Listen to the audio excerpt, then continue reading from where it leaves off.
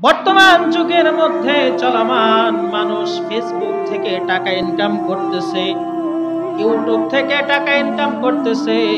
এগুলো টাকা ইনকাম করার জন্য যাহা কিছু প্রয়োজন, নির্লজ্জ ভিডিও যত দেয় মানুষ তত বেশি ফলো করে, তত বেশি লাইক কমেন্ট করে, আর এগুলোর কারণে সে টাকা উপার্জন করে।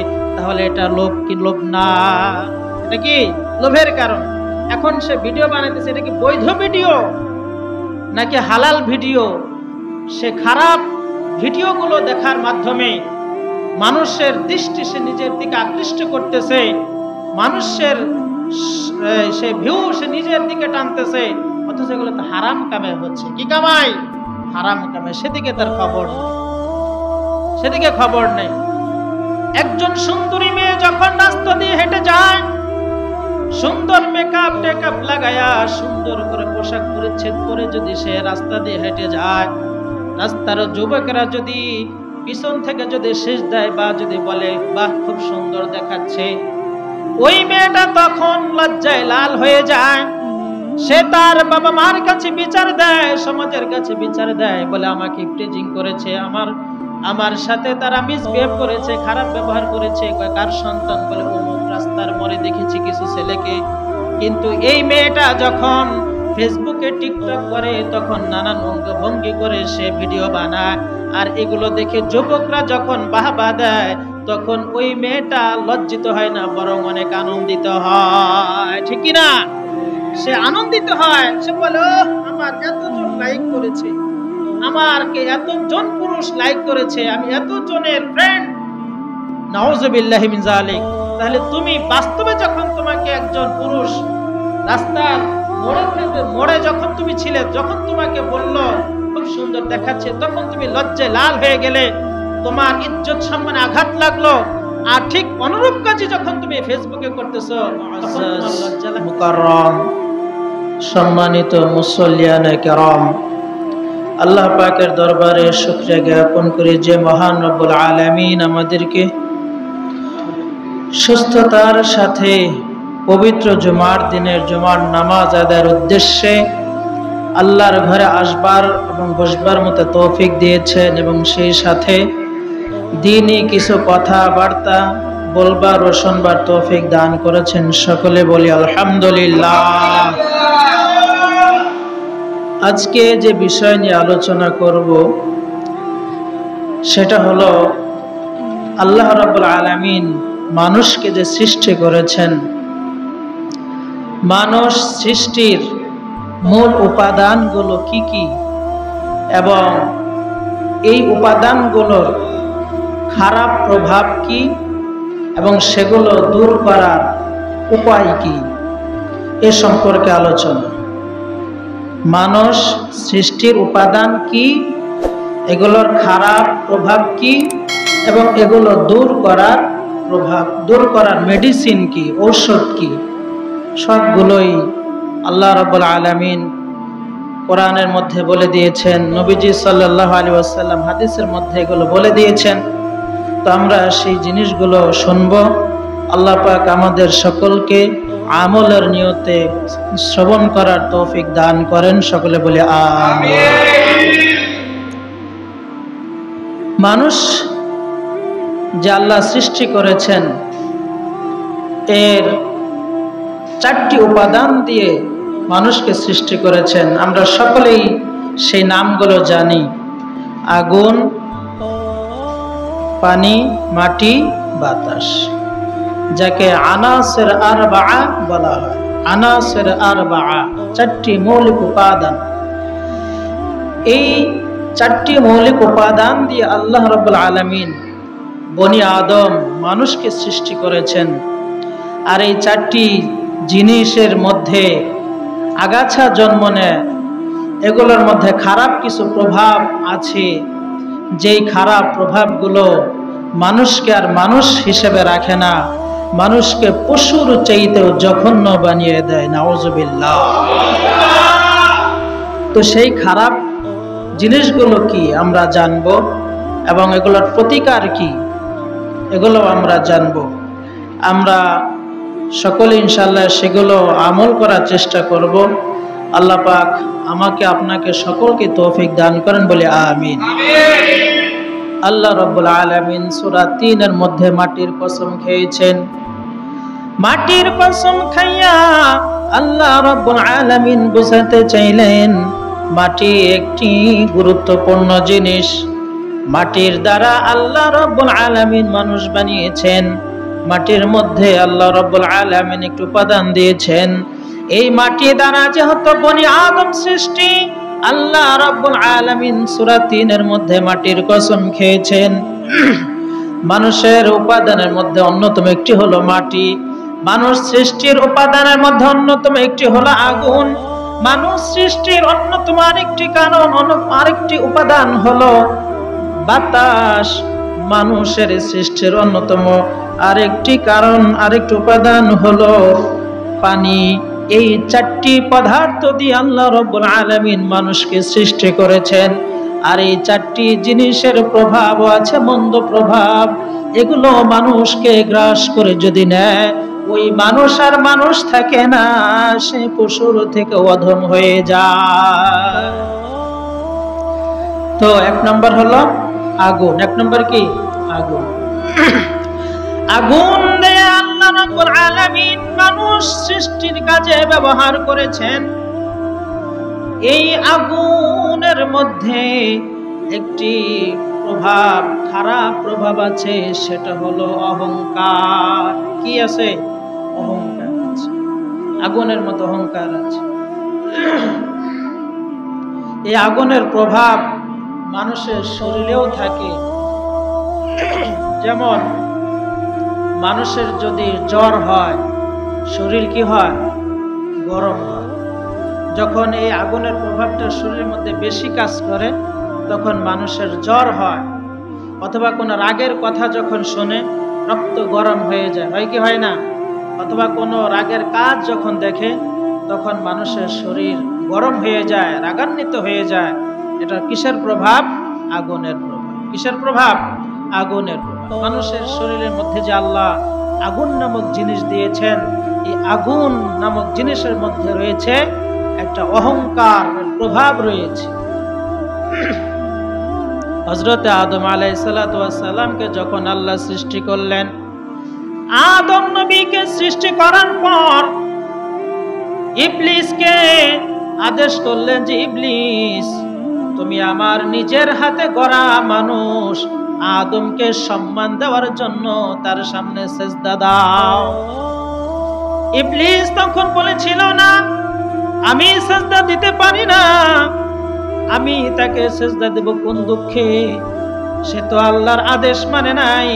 সাথে সাথে আবার যুক্তি দেখিয়েছে, ইবলিসকে আপনি বানিয়েছেন আগুন দিয়ে, আমি সৃষ্টি হয়েছে আগুনের দ্বারা, আর আদমকে আপনি সৃষ্টি করেছেন মাটির দ্বারা। আগুনের প্রভাব হলো উপরের দিকে ওঠা, আর মাটির প্রভাব হলো নিচের দিকে থাকা। অতএব আমি উপরওয়ালা জিনিস হইয়া নিচের জিনিসের প্রতি কিভাবে ঝুঁকি? আমি ঝুঁকতে পারবো না। তখন আল্লাহ রাব্বুল আলামিন ইবলিসকে তখন জান্নাত থেকে বের করে দিলেন, তুই যা, তোর আর এই জান্নাতে থাকার সুযোগ নেই। তো আদম আলাইহিস সালাতু ওয়াস সালামকে সেজদা না করার কারণে সে চিরদিনের জন্য অভিশপ্ত হয়েছে, অভিসম্পাদিত হয়েছে, অভিশপ্ত হয়েছে। যার কারণে মুমিন বান্দাগণ আল্লাহর কাছে পানা চায়, আউযু বিল্লাহি মিনাশ শাইতানির রাজিম। অভিশপ্ত শয়তান থেকে আমি আল্লাহর কাছে পানা চাই। মুসলমান এগুলো বলে কিসের কারণে? ওই যে সেজদা না দেওয়ার কারণে। তো আদম নবীকে সেজদা দিল না কেন? যে ইবলিসকে তৈরি করা হয়েছিল জিন, সে ছিল জিনের অন্তর্ভুক্ত। তো তার ভিতরে আগুনের প্রভাব এতই বেশি যে সে বলল যে আমি সৃষ্টি হয়েছে আগুন দ্বারা, আর আদমকে সৃষ্টি করেছেন মাটি দ্বারা, অতএব আমি এই মাটির সামনে মাথা নত করতে পারব। তো বোঝাতে চাচ্ছিলাম যে আগুনের মধ্যে একটা খারাপ প্রভাব হলো অহংকার। কি? অহংকার। এই অহংকার আমরা মানুষের মধ্যে, মানুষ মাত্রই আছে, সকল মানুষের ভিতরে অহংকারের প্রভাব আছে। কেউ যদি বলে আমার ভিতরে অহংকার নাই, তার থেকে ডাহা মিথ্যুক আর দুনিয়ার জগতে কেউ, সে মিথ্যুক। অহংকার সকলেরই আছে, তবে এই অহংকারকে নিয়ন্ত্রণ করতে হবে, অহংকার দমিয়ে রাখতে হবে।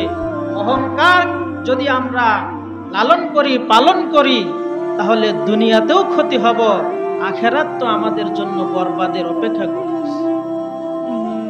অহংকার যারা করবে, আল্লাহর নবী সাল্লাল্লাহু আলাইহি ওয়াসাল্লাম বলেছেন, মান কানা ফি কলবিহি যাররাতুম মিনাল কিবর, যেই ব্যক্তির অন্তরে সরিষা দানা পরিমাণ, যাররা পরিমাণ অহংকার থাকবে, সে কোনোদিন জান্নাতে প্রবেশ করতে পারে না। নাউযুবিল্লাহি মিন যালিক। সে জান্নাতে যাবে না যার ভিতরে যাররা পরিমাণ অহংকার আছে। যাররা শব্দের অর্থ কি? যাররা এমন এক ছোট্ট, যেগুলো খালি চোখে দেখা যায় না, কোন বীক্ষণ যন্ত্র দিয়ে সেগুলোকে নির্ণয় করা হয়। তবে আমরা যেগুলো বলে থাকি, বুঝিয়ে থাকি, যেমন খুব রোদের মধ্যে যখন পুরাতন কোনো পাটখড়ি বেড়া অথবা কোনো বাঁশের যখন বেড়া থাকে অথবা টিনের বেড়া থাকে, ওখান থেকে কোনো ছিদ্র যদি থাকে, তখন ওই পাশে থাপ্পড় দিলে ওই ছিদ্র দিয়ে কিছু কণা বের হয়। সূর্যের আলো পড়ার কারণে কিছুটা অনুমান হয় যে কি একটা জানে উঠতেছে। তো ওই জিনিসকে বলা হয় যাররা। যাররা পরিমাণ কারোর মধ্যে যদি অহংকার থাকে, সেই ব্যক্তি জান্নাতে যাইতে পারবে। আবার পক্ষান্তরে কোন ব্যক্তির অন্তরে যদি যাররা পরিমাণ ঈমান থাকে, যাররা পরিমাণ ঈমান নিয়ে যদি কেউ দুনিয়া থেকে বিদায় হয়ে যায়, জাহান্নামের শাস্তি ভোগ করার পরে কোন এক সময় এই যাররা পরিমাণ ঈমান নিয়ে সে জান্নাতে যেতে পারবে। সুবহানাল্লাহ। এজন্য ঈমান অতি দামি একটি জিনিস। এই ঈমানকে, আমাদের আমলকে ধ্বংস করে দেয় অহংকার, গোসা, রাগ। এগুলো থেকে আমাদের ঈমান আমলকে বাঁচিয়ে রাখতে হবে। উদাহরণ হিসেবে বলা হয়, যেমন মনে করেন ধান ক্ষেত বা যে কোনো শস্য ক্ষেত চাষ করে, সার দেয়, এরপরে চারা রোপণ করে। তাহলে কৃষক জমিন চাষ করলো, ফসল রোপণ করার উপযুক্ত করলো, সে ওইখানে লাগাইলো ধান গাছ অথবা কোনো বেগুন গাছ অথবা যেটা তার যে সময় যেটা চাষের উপযুক্ত, সে সেটাই চাষ করলো। জমিনে যদি ওই গাছটা চাষ করার পরে যখন কিছুদিনের জন্য সে অপেক্ষা করে, ওই গাছ অথবা বীজ যখন রোপণ করে, তো কিছুদিন পরে কি শুধু ওই গাছই থাকে নাকি ক্ষেতের মধ্যে আরো আগাছা তৈরি হয়? আগাছা তৈরি হয়, ঘাস উৎপন্ন হয়। এখন চাষি যদি মনে করে যে আমি এই ক্ষেতের মধ্যে আর যাব না, আমি লাগাইলাম ধান ক্ষেত অথবা গম ক্ষেত অথবা পাট, যে কোনো ফসল আমি লাগাইলাম, কিন্তু এখানে অন্যান্য ঘাস উৎপন্ন হয়েছে, আমি আর খেতেই যাব না, তাহলে এই চাষি কি ওই ফসল ঘরে আনতে পারবে?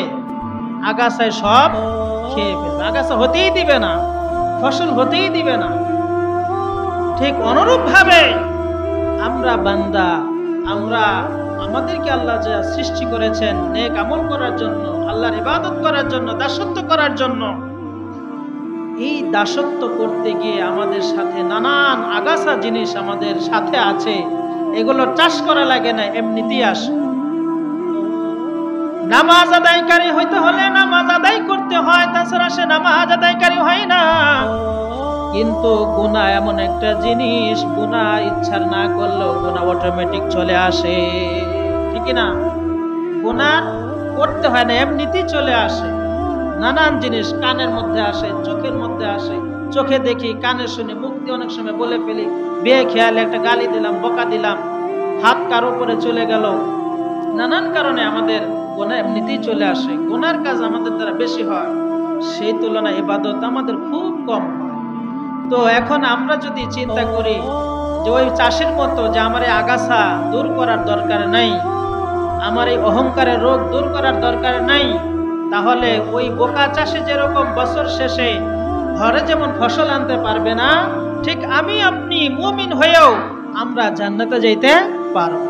এই সব আমল খেয়ে ফেলবে, সমস্ত নেক আমল খেয়ে ফেলবে, যাহা কিছু দুনিয়াতে করি, নামাজ, রোজা, হজ, যাকাত, রাস্তাঘাট ইত্যাদি, মসজিদ নির্মাণ, যাহা কিছু আমরা করব, মাদ্রাসা নির্মাণ, যাহা কিছু করব, এগুলো সব খেয়ে ফেলবে কিসে? অহংকারের রোগ আমাদের এই সমস্ত নেক আমলগুলো খেয়ে ফেলবে। অহংকারী ব্যক্তি আল্লাহ রাব্বুল আলামিন হাসরের ময়দানে তাকে এমন ভাবে উঠাইবেন, দুনিয়াতে যেহেতু সে বড় মনে করেছিল, দুনিয়াতে যেহেতু সে নিজেকে বড় মনে করেছিল, এই অবস্থায় যদি তার মৃত্যু হয়, হাসরের ময়দানে আল্লাহ রাব্বুল আলামিন তাকে পিঁপড়ার থেকেও ছোট করে হাসরের ময়দানে উঠাবে। এবার চিন্তা করেন, একটা পিঁপড়া, তার তো সবই আছে, চোখ আছে, নাক আছে, জিহ্বা আছে, পা আছে, আছে না? সবই আছে, খাওয়ার জন্য তার জিহ্বা আছে, দাঁত আছে, সবই আছে। তো আমার আপনার অবস্থাও যদি আমাদের যদি এই অহংকার অবস্থায় মৃত্যু হয়ে যায়, তাহলে হাসরের ময়দানে আমাদেরকে এই পিঁপড়ার থেকেও ছোট আকারে উঠানো হবে। তাহলে বা চিন্তা করেন, সবাই উঠবে যার যার দেহ নিয়ে, আর অহংকারীর উঠানো হবে সেই পিঁপড়ার আকৃতি নিয়ে। এগুলো তো তার জন্য একটা লাঞ্ছনাকর নাকি সম্মানজনক? লাঞ্ছনা। পিঁপড়ার থেকেও ছোট করে তাকে উঠানো হবে হাসরের ময়দানে। অহংকার এত একটি খারাপ জিনিস। আল্লাহ নবী সাল্লাল্লাহু আলাইহি ওয়াসাল্লাম বলেছেন যে আল্লাহ তাআলা বলেন, বান্দারা, অহংকার হলো আমার চাদর, আমি আল্লাহর শান এটা অহংকার করা। তোমার বান্দা, তুমি বান্দা, তোমার শান অহংকার করা নয়, আমার এই চাদর নিয়ে তোমরা টানাটানি। তাহলে এই প্রভাব মানুষের ভিতরে যে অহংকার আছে, এই অহংকার কিসের থেকে আসে? আগুনের থেকে। মানুষের 4টা উপাদানের মধ্যে একটা উপাদান হলো কি? আগুন। এই আগুনের কারণে মানুষের ভিতরে অহংকার চলে আসে। এই অহংকার, এই আগাছা নামক জিনিসের প্রভাব এই আগুনের সাথে যেহেতু আছে, এর জন্য আল্লাহ রাব্বুল আলামিন দুনিয়াতে মানুষ পাঠিয়েছেন, যে মানুষ তো দুনিয়াতে গিয়ে তার খারাপ প্রভাব অহংকার অহমিকা করবে, তার তো একটা মেডিসিন দেওয়া দরকার। আল্লাহ তাআলা বান্দাদের জন্য 5 ওয়াক্ত নামাজ ফরজ করে দিয়েছেন। সুবহানাল্লাহ। অহংকার দমানোর জন্য, অহংকার মেটানোর জন্য আল্লাহ তাআলা মুমিন বান্দাদেরকে 5 ওয়াক্ত নামাজ ফরজ করে দিয়েছেন। সুবহানাল্লাহ। 5 ওয়াক্ত নামাজের মধ্যে 17 রাকাত ফরজ, 12 রাকাত সুন্নত, আর 3 রাকাত হলো বিতির। কত হলো? 34 নাকি 32? 32 রাকাত। তো 12 আর হলো 3, 15, আর হলো 17, কত হলো? 32। 32 রাকাত নামাজে 2টা করে সিজদা হলে কত হয়? 64টা সিজদা। একটা বান্দা সকাল থেকে নিয়ে ঘুমানোর আগ পর্যন্ত 64 বার আল্লাহর কুদরতি পায়ে কানে ধরে হাত দিয়ে কুদরতি পায়ে যখন মাথা ঠোকাবে, নাক ঠোকাবে, তখন এই বান্দার ভিতরে অহংকার থাকতে পারে না। অহংকার থাকতে পারে না। আরে তুমি কান ধরতেছো, আমরা কান পর্যন্ত হাত উঠাই না? এটা তো একটা, ওই স্কুলে যখন আমরা পড়তাম আমাদেরকে কান ধরে উঠবোস করাইতো, মানে এটা লজ্জা দেওয়া হতো। তো আমি আল্লাহর সামনে কান পর্যন্ত হাত উঠাইলাম, এটা তো আমার জন্য একটা লজ্জাকর। এবং রুকু দিলাম, সেজদা করলাম, নাকে খত দিলাম, আল্লাহর কুদরতি পায়ে সেজদা দিলাম। আল্লাহ আমাকে অহংকার মেটানোর জন্য সিস্টেমটা করে দিলেন। তাহলে নামাজই হবে বিনয়ী। নামাজ পড়লে অহংকার দূর হয়, নামাজ আদায় করলে মানুষ বিনয়ী হয়। সুবহানাল্লাহ। নামাজ আদায় করলে মানুষ বিনয়ী হওয়ার কেমন ফজিলত আল্লাহ রাব্বুল আলামিন তার রাসূলের ভাষায় বলেছেন, মান তাওয়াদা লিল্লাহ রাফাআহুল্লাহ। যে ব্যক্তি আল্লাহর জন্য বিনয়ী হবে, আল্লাহ তার মর্যাদা আকাশচুম্বী বানায় দেবেন। বিনয় হবে একমাত্র আল্লাহর জন্য, আল্লাহর সন্তুষ্টি অর্জনের জন্য। যে বিনয় হবে, নম্র হবে, ভদ্র হবে, আল্লাহ তার মর্যাদা দ্বিগুণ পরিমাণ বাড়িয়ে দেবেন, আকাশচুম্বী করে দেবেন। রাফাহুল্লাহ, আল্লাহ তার মর্যাদা বুলন্দ করে দেবেন। সুবহানাল্লাহ। এখন আমাদের নিয়ামত বেশি, আমার ধন আছে, আমার টাকা আছে, আমার অর্থ আছে, আমার সমাজে মান সম্মান আছে, এই জন্য যদি আমি অহংকার করি তাহলে এটা হবে মানুষকে আমার থেকে দূরে রাখা, আমি খেদমতে ফল করতে পারলাম। প্রকৃতি আমাদেরকে শেখায়, তোমার মধ্যে যত বেশি গুণ থাকবে তুমি তত বেশি দয়াবান হবে। এগুলো আমাদের প্রকৃতি শেখায়। প্রকৃতি বলতে গাছ আছে, ফলদায়ক গাছ আছে, এর আগে বলেছিলাম।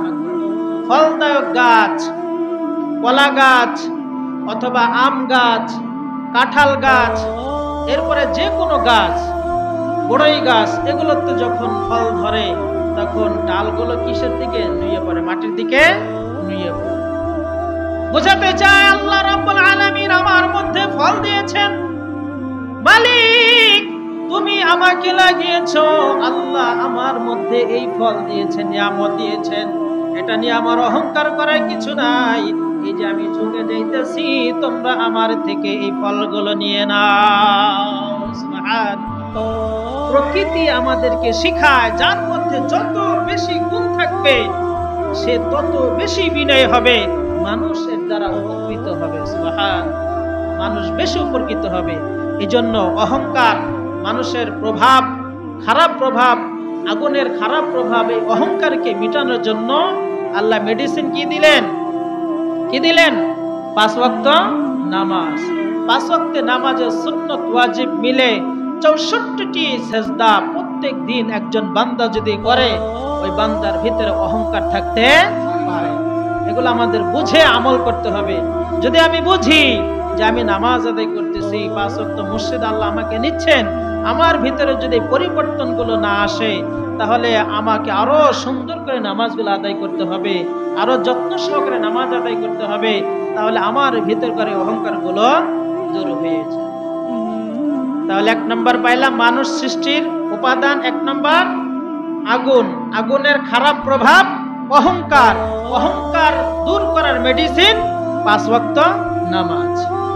2 নম্বর আসি পানি। 2 নম্বর হলো কি? পানি। মানুষকে আল্লাহ রাব্বুল আলামিন পানি দ্বারা সৃষ্টি করেছেন। পানির একটা উপাদান মানুষের শরীরের মধ্যে আছে। আর এই পানির খারাপ প্রভাব হলো যেদিকে গড়ান, যেদিকে ঢালু সেদিকেই যায়। মানে এর মধ্যে একটা লোভ কাজ করে। কি কাজ করে?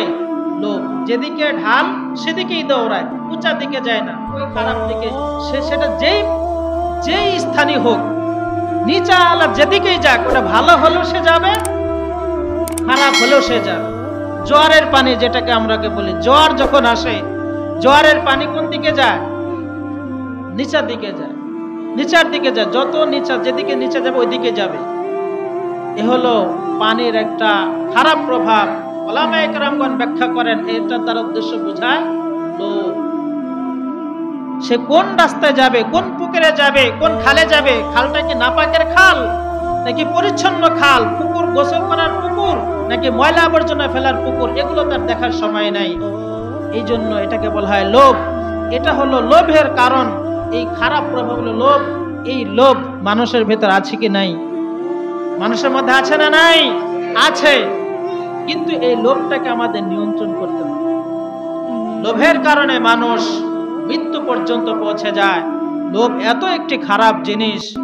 লোভে পাপ, পাপে মৃত্যু। কথা বলে, লোভে পাপ, পাপে মৃত্যু। লোভ করলে পাপ হবে, আর পাপ করলে মৃত্যু হবে, আর মৃত্যুটা খারাপ মৃত্যু হবে। মানুষের শরীরের মধ্যে যৌনতা আছে, যৌনতার চাহিদা আল্লাহ রাব্বুল আলামিন কুদরতিভাবে দিয়ে রেখেছেন। কিন্তু এই যৌনতাকে যেখানে সেখানে ব্যবহার করা যাবে না, যেখানে সেখানে ব্যবহার করা যাবে না। হালাল ভাবে ক্ষেত্র তৈরি করে তারপর সেখানে ব্যবহার করতে হবে।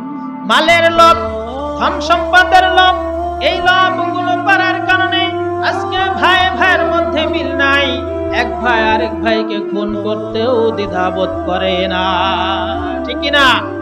কিসের কারণে? লোভের কারণ, সম্পদের লোভ, অহংকারের লোভ, নানা ধরনের লোভ থাকার কারণে আজকে মানুষ এই ধরনের পাপ কাজে নিমজ্জিত হয়। যেদিকে যে সময় গতি আসে, যেই দিকে ওদিকে যদি আমি চলে যাই, তাহলে তো আমি নিজেকে নিয়ন্ত্রণ করতে পারলাম। বর্তমান সময়ের মধ্যে, বর্তমান যুগের মধ্যে চলমান মানুষ ফেসবুক থেকে টাকা ইনকাম করতেছে, ইউটিউব থেকে টাকা ইনকাম করতেছে। এগুলো টাকা ইনকাম করার জন্য যাহা কিছু প্রয়োজন, নির্লজ্জ ভিডিও যত দেয় মানুষ তত বেশি ফলো করে, তত বেশি লাইক কমেন্ট করে, আর এগুলোর কারণে সে টাকা উপার্জন করে। তাহলে এটা লোভ কি লোভ না? এটা কি লোভের কারণ? এখন সে ভিডিও বানাইতেছে, এটা কি বৈধ ভিডিও নাকি হালাল ভিডিও? সে খারাপ ভিডিওগুলো দেখার মাধ্যমে মানুষের দৃষ্টি সে নিজের দিকে আকৃষ্ট করতেছে, মানুষের সে ভিউ সে নিজের দিকে টানতেছে, অথচ এগুলো তো হারাম কামে হচ্ছে। কি কামাই? হারাম কামে। সেদিকে তার খবর নেই, সেদিকে খবর নেই। একজন সুন্দরী মেয়ে যখন রাস্তা দিয়ে হেঁটে যায়, সুন্দর মেকআপ টেকআপ লাগায়া সুন্দর করে পোশাক পরিচ্ছদ পরে যদি সে রাস্তা দিয়ে হেঁটে যায়, রাস্তার যুবকেরা যদি পিছন থেকে যদি শেষ দেয় বা যদি বলে বাহ খুব সুন্দর দেখাচ্ছে, ওই মেয়েটা তখন লজ্জায় লাল হয়ে যায়। সে তার বাবা মার কাছে বিচার দেয়, সমাজের কাছে বিচার দেয়, বলে আমাকে প্রেজিং করেছে, আমার সাথে তারা মিসবিহেভ করেছে, খারাপ ব্যবহার করেছে। কার সন্তান? বলে অমুক রাস্তার মোড়ে দেখেছি কিছু ছেলেকে। কিন্তু এই মেয়েটা যখন ফেসবুকে টিকটক করে, তখন নানান অঙ্গভঙ্গি করে সে ভিডিও বানায়, আর এগুলো দেখে যুবকরা যখন বাহবা দেয়, তখন ওই মেয়েটা লজ্জিত হয় না, বরং অনেক আনন্দিত হয়, ঠিক কি না? সে আনন্দিত হয়, সে বলে আমার এতজন লাইক করেছে, আমারকে এতজন পুরুষ লাইক করেছে, আমি এতজনের ফ্রেন্ড। নাউযুবিল্লাহি মিন যালিক। তাহলে তুমি বাস্তবে যখন তোমাকে একজন পুরুষ রাস্তার মোড়ে যখন তুমি ছিলে, যখন তোমাকে বলল খুব সুন্দর দেখাচ্ছে, তখন তুমি লজ্জায় লাল হয়ে গেলে, তোমার ইজ্জত সম্মানে আঘাত লাগলো। আর ঠিক অনুরূপ কাজই যখন তুমি ফেসবুকে করতেছো, তখন তোমার লজ্জা লাগতেছে না? তুমি কেমন চরিত্রের মানুষ হলে? এই জন্য ওই যেদিকে যে সময় যেদিকে ঢাল আসবে ওইদিকেই যাওয়া, এটা মানুষের কাজ হতে পারে না। এটা লোভ, এটা লোভ। এই লোভকে নিয়ন্ত্রণ করার জন্য আল্লাহ রাব্বুল আলামিন একটা মেডিসিন দিয়েছেন, তার নাম হলো রোজা। তার নাম হলো কি? রোজা। তাহলে মানুষ সৃষ্টির দ্বিতীয় উপাদান হলো পানি। পানির মধ্যে খারাপ প্রভাব আছে লোভ। পানির মধ্যে খারাপ প্রভাব কি? লোভ। আর এই লোভকে নিয়ন্ত্রণ করার জন্য আল্লাহ বিধান দিলেন, মেডিসিন দিলেন কি? রোজা।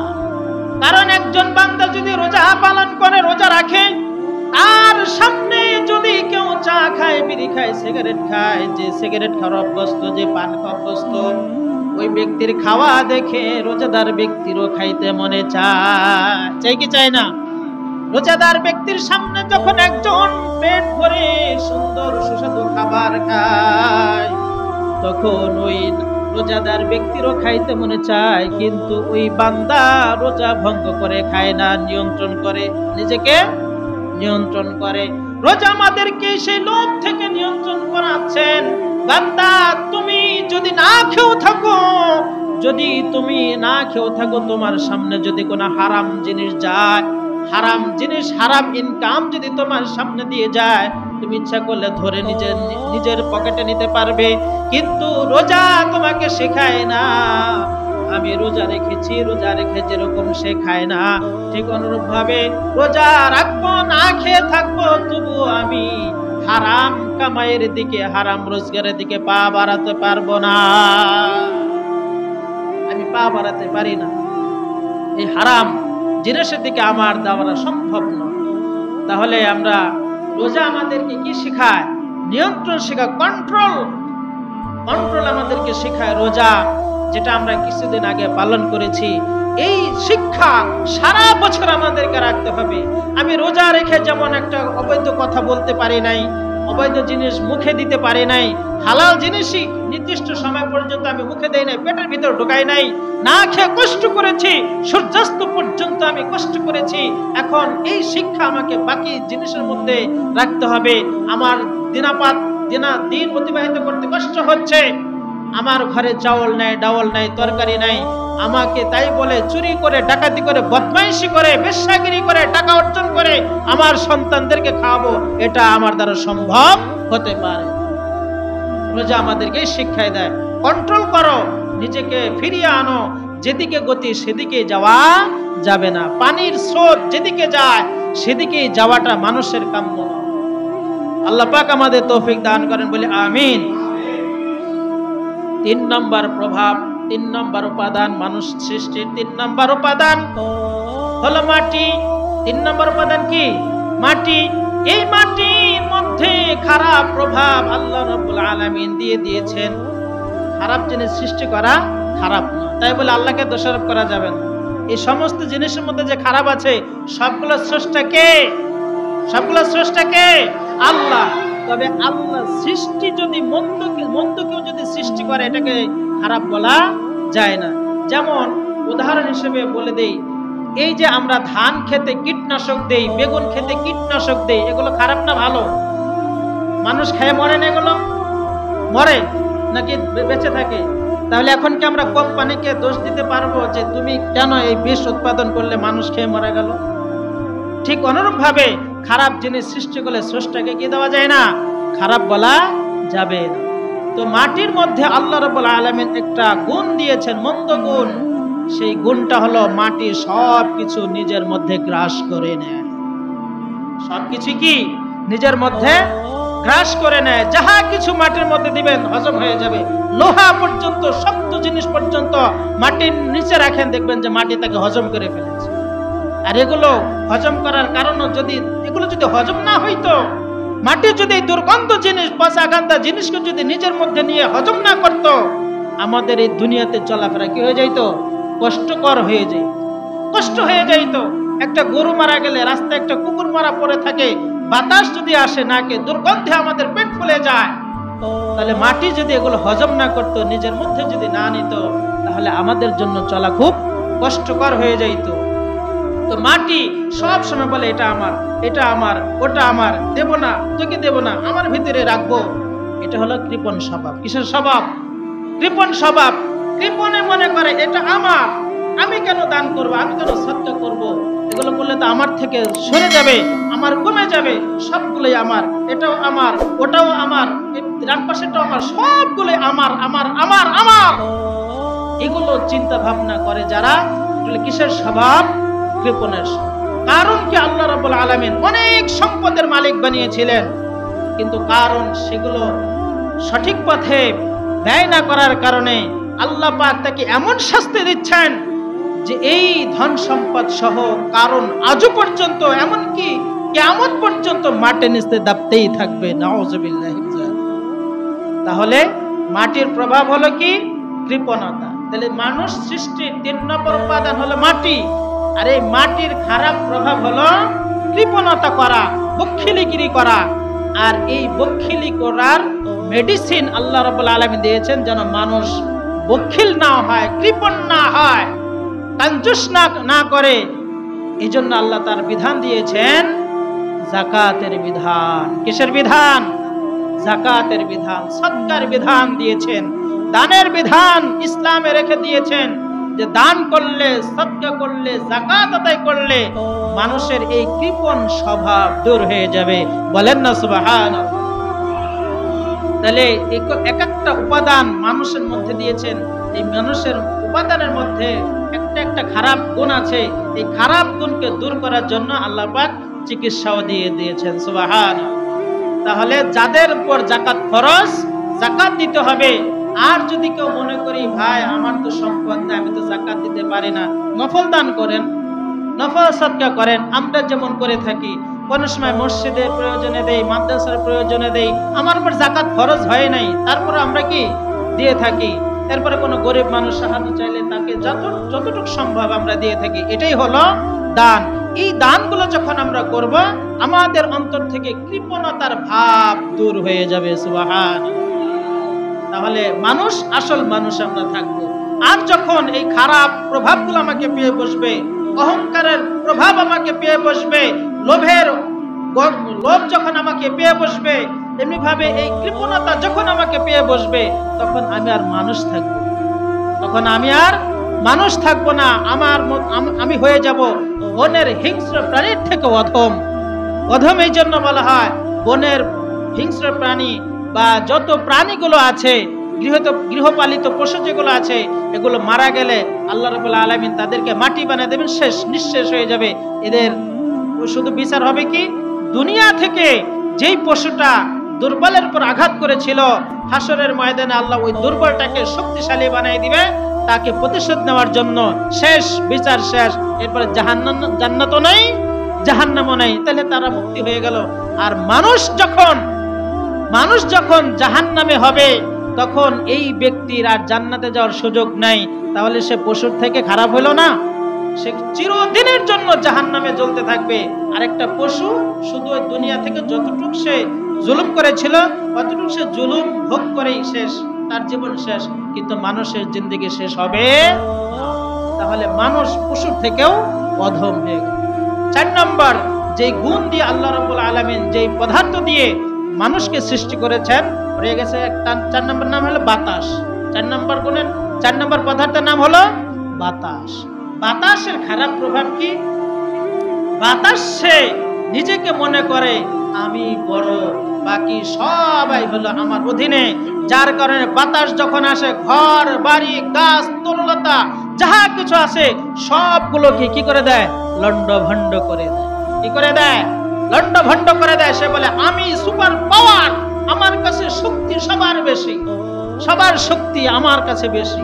আমরা স্কুলে একটা গল্প পড়েছিলাম, বাতাস আর হলো রোদ, এই দুটার মধ্যে কার বেশি শক্তি? তো বাতাস বলেছিল আমার শক্তি বেশি, তখন সূর্য বলেছিল না আমার ভিতরে বেশি শক্তি। তো দুজনের মধ্যে তুমুল তর্ক শুরু গেল। শেষ পর্যন্ত প্রতিযোগিতা হলো। বাতাস প্রথমে দিল, বললো যে একটা লোক চাদর পেঁচিয়ে রাখবে, এই চাদরটা যে খুলতে পারবে লোকের গায়ে থেকে, সেই বুঝে গেল সবচেয়ে বেশি শক্তিশালী। এবার প্রথমে বাতাসের পালা, সে এমন জোরে বাতাস প্রবাহিত করলো, লোকটার গায়ে থেকে চাদর খুলতে পারে নাই। এরপরে রোদের পালা, রোদ যখন উঠলো, প্রখর রোদ, চাদর পেঁচিয়ে আর ওই ব্যক্তি টিকতে পারছে না, ফলে সে চাদর খুলতে বাধ্য হয়েছে। তো এরকম একটা গল্প করেছিলাম। তো যাই হোক, এখন বাতাস সে বলে আমি সুপার পাওয়ার, আমার কাছে শক্তি বেশি। এই মানুষের মধ্যে এরকম একটা সুপার পাওয়ারের গুণ, মন্দ গুণ মানুষের ভিতরে কাজ করে।